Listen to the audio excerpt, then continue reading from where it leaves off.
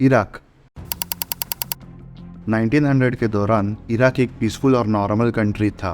आपको बिलीव नहीं होगा, लेकिन बगदाद सेंटर ऑफ लर्निंग हुआ करता था, जहाँ पूरे दुनिया से स्कॉलर्स नॉलेज और आइडियाज़ एक्सचेंज करने के लिए आया करते थे। लेकिन इसके कुछ ही सालों बाद यहाँ बड़े लेवल पर पॉलिटिकल और सोशल चेंजेस हुए, जिसकी वजह से इराक धीरे धीरे अनस्टेबल होने लगा। और इस देश में आज क्या हो रहा है, यह हम सभी जानते हैं। आज इराक कई चैलेंजेस से जूझ रहा है। शिया, सुन्नी, कुर्दिश, यजीदी, ये सभी रिलीजियस ग्रुप पावर के लिए आपस में ही लड़ रहे हैं। जैसे कि ये कम नहीं था, इराक में सभी हॉस्पिटल्स की कंडीशन बहुत ख़राब है। लोगों को बेसिक मेडिकल ट्रीटमेंट तक मिल नहीं रही है। दवाइयाँ मिलना तो बहुत दूर की बात है।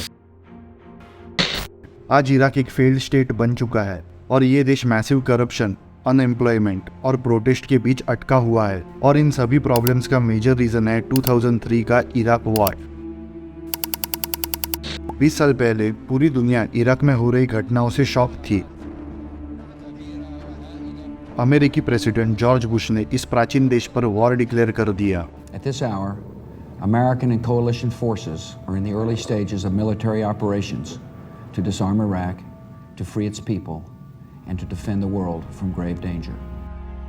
क्योंकि CIA को भरोसा था कि इराक के पास वेपन ऑफ मास डिस्ट्रक्शन थे, अमेरिका ने अपनी पूरी ताकत से इराक पर बॉम्ब बरसाए, जिसकी वजह से सद्दाम की गवर्नमेंट गिर गई और इराकी आर्मी को सरेंडर करना पड़ा। सिर्फ 2 महीनों के अंदर अमेरिका ने और उसके एलाइज ने इराक को अपने घुटनों पर ला दिया और पूरे इराक का कंट्रोल अपने हाथों में लिया। 1 मई को बुश ने डिक्लेयर किया, मिशन अकम्प्लिश्ड।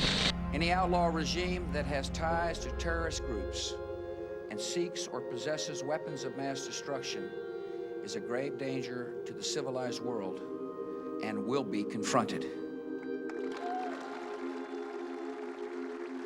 जॉर्ज बुश के इस वॉर ने ना सिर्फ इराक बल्कि पूरे मिडल ईस्ट के हिस्ट्री को हमेशा के लिए बदल कर रख दिया। इराक सद्दाम हुसैन के कहानी के बिना अधूरा है। इराकी डिक्टेटर सद्दाम ने कभी किसी टेरर ऑर्गेनाइजेशन को इराक में पनपने नहीं दिया, लेकिन वो दूसरे देशों के अगेंस्ट टेररिज्म को फुल सपोर्ट करता था। डिक्टेटर के साथ साथ सद्दाम एक क्रूर इंसान था। इराक का प्रेसिडेंट बनने के सिर्फ 6 दिन बाद 22 जुलाई 1979 को सद्दाम ने एक एक करके अपने ही पार्टी के 22 मेंबर्स को मौत के घाट उतार दिया, क्योंकि वो उसके अगेंस्ट काम कर रहे थे। सद्दाम पकड़े गए आतंकवादी और अपने दुश्मनों को उसके पर्सनल जेल अबू घरेब में टॉर्चर करना पसंद करता था। इस जेल की खासियत ये थी कि ज़्यादा लोग इस जेल से वापस बाहर आया नहीं करते थे। इतना खौफ था सद्दाम का पूरे इराक में। पड़ोसी देश ईरान और कुवैत के साथ सद्दाम के संबंध अच्छे नहीं थे और इसी चीज़ का फ़ायदा उठाकर सद्दाम ने 1980 में ईरान पर और बाद में 1991 में कुवैत पर अटैक करके मिडल ईस्ट को अनस्टेबल करने की कोशिश की। इराकी आर्मी ने 7 महीनों तक कुवैत पर अपना कब्जा बनाए रखा और वेस्टर्न देशों को तेल बेचने से इनकार कर दिया। यह अमेरिका के लिए एक डायरेक्ट चैलेंज था, जिसके जवाब में अमेरिका ने 39 देशों के साथ मिलकर ऑपरेशन डेजर्ट स्टॉर्म लॉन्च किया और इराकी आर्मी को कुवैत से पीछे ढकेल दिया। इसी दौरान पीछे हटते हुए इराकी आर्मी ने कुवैत के 600 तेल के कुएं जला दिए। सद्दाम ने दूसरे मुस्लिम देशों से सपोर्ट हासिल करने के लिए इजराइल और सऊदी अरेबिया पर मिसाइल अटैक्स भी किए, लेकिन कोई देश सद्दाम के सपोर्ट में आगे नहीं आया। गल्फ वॉर के बाद से ही अमेरिका सद्दाम को एक थ्रेट समझने लगा था और इसके कुछ ही सालों बाद अमेरिका पर 9/11 अटैक्स होते हैं।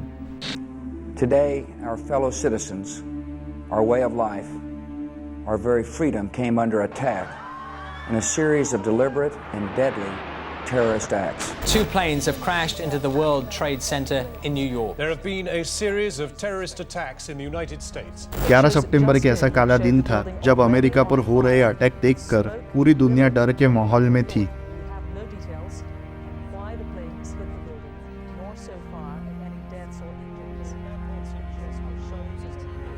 इस अटैक का मास्टरमाइंड ओसामा बिन लादेन था। अमेरिका और उसके एलाइज ओसामा को खत्म करने के लिए अफगानिस्तान पर अटैक करते हैं, लेकिन ओसामा अफगानिस्तान से पहले ही भाग चुका था। इस फेलियर को अपनी जनता से छिपाने के लिए अब अमेरिकन पॉलिटिशियंस एक तीर से 2 शिकार करने की सोचते हैं। The British government has learned that Saddam Hussein recently sought significant quantities of uranium from Africa. और इराक पर अटैक कर देते हैं। इस अटैक को जस्टिफाई करने के लिए सद्दाम पर अल कायदा को सपोर्ट करने और WMD रखने के आरोप लगाए जाते हैं। लेकिन जब वॉर खत्म होता है, गेस व्हाट, इराक में कोई WMD नहीं मिलते। CIA की फाइनल रिपोर्ट भी यही कहती है। जैसे ही इराक वॉर पर सवाल उठने लगते हैं, तब के British PM Tony Blair press conference लेकर अपोलोजाइज करते हैं। For all of this, I express more sorrow, regret, and apology. इसका सिंपली मीनिंग ये होता है कि अमेरिका ने झूठ बोलकर इराक को अपने फायदे के लिए पूरी तरह से तबाह कर दिया था।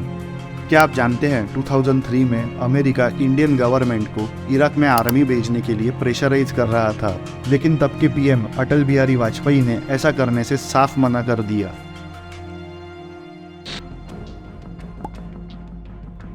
सद्दाम हुसैन और इराकी आर्मी को खत्म करने के बाद अमेरिकन पॉलिटिशियन से बनी कोएलिशन प्रोविजनल अथॉरिटी ने इराक का कंट्रोल अपने हाथों में लिया। अमेरिकन ऑफिशियल्स ने इराक को रिबिल्ड करने और पूरे देश को स्टेबलाइज करने के लिए कई पॉलिसी इंप्लीमेंट करने की कोशिश की, लेकिन इराक में एक पावर वैक्यूम क्रिएट हुआ जिसे अलग अलग रिलीजियस ग्रुप कंट्रोल करने की कोशिश करने लगे और नए टेरर थ्रेट्स इमर्ज हुए। आईसिस एक ऐसा ही टेरर ग्रुप है जहां बचे कुचे इराकी सोल्जर शामिल हुए। आईसिस ने सीरिया और इराक समेत पूरी दुनिया में आतंक मचा दिया था और कई औरतों पर अत्याचार किए। ऐसा कहा जाता है कि अगर सद्दाम जिंदा होता तो आईसिस या ऑर्गेनाइजेशन पैदा ही नहीं होता। इसके अलावा इराक में शिया सुन्नी लड़ाई कई सालों से चलती आ रही है, जिसकी वजह से आज भी कई कॉन्फ्लिक्ट और टेरर अटैक होते हैं। पड़ोसी देश ईरान इराक में मौजूद शिया ग्रुप को इनडायरेक्टली सपोर्ट करके इराक को अनस्टेबल रखना चाहता है because of same Shia Sunni divide. इतना ही नहीं, इराक में यजीदी और कुर्दिश माइनॉरिटी की वजह से आज बड़े लेवल पर पॉलिटिकल इंस्टेबिलिटी है, क्योंकि उन्हें लगता है कि गवर्नमेंट उनके कम्युनिटी को इग्नोर कर रही है। इस कोएलिशन प्रोविजनल अथॉरिटी के सामने सबसे बड़ा चैलेंज ये था कि एक ऐसे देश में डेमोक्रेटिक इलेक्शंस करवाना जहाँ के लोगों ने अपने लाइफ में पहले कभी इलेक्शन एक्सपीरियंस नहीं किया था।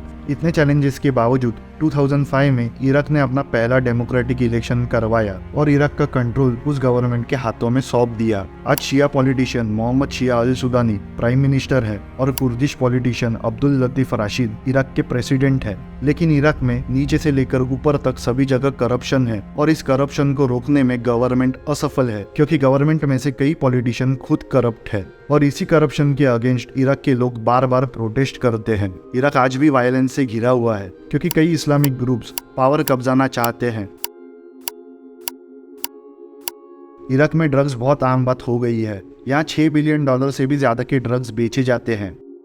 कई इराकियों ने फील किया कि अमेरिका के इस वॉर ने उनकी तकलीफ कम करने के बजाय कई गुना और बढ़ा दी है। वो आज उनके देश का हाल देखकर पछता रहे हैं। जिन लोगों ने सद्दाम को हराने में मदद की थी, वो आज सद्दाम को वापस चाहते हैं। अमेरिका एक हिपोक्रेट देश है जो अपने फायदे के लिए किसी भी देश को तबाह कर सकता है, जैसे कि Libya, Egypt, Syria, Afghanistan, Iraq. इन सभी देशों में अमेरिका डायरेक्टली इन्वॉल्व था। इराक वॉर ने हमें अमेरिका के फॉल्स क्लेम और रैश डिसीजन से होने वाली तबाही के बारे में सिखाया। ये वॉर वर्ल्ड हिस्ट्री का एक इम्पोर्टेंट टर्निंग पॉइंट था जिससे पूरा मिडल ईस्ट अभी तक जूझ रहा है। इसके कारण सद्दाम हुसैन का तख्ता पलट हुआ और कई नए पॉलिटिकल लीडर्स उभर कर सामने आए। हालांकि इस वॉर के बाद इराक में बड़े स्केल पर रिलीजियस डिवाइड, ड्रग ट्रेड और टेररिज्म देखने मिले। इराक 20 सालों के बाद भी स्टेबल नहीं हुआ। इराक अपने कोर इंफ्रास्ट्रक्चर और इकोनॉमी को रीबिल्ड करने की पूरी कोशिश कर रहा है, लेकिन ये प्रोग्रेस बहुत स्लो है। इराक धीरे धीरे क्यों ना हो, लेकिन अपने पैरों पर खड़ा जरूर हो रहा है। इराक आज कई चैलेंजेस से गुजर रहा है जो काफी कॉम्प्लेक्स है, लेकिन सही पॉलिसी और लीडरशिप के साथ इराक फिर से एक स्टेबल और प्रॉस्परस देश के रूप में उभर सकता है।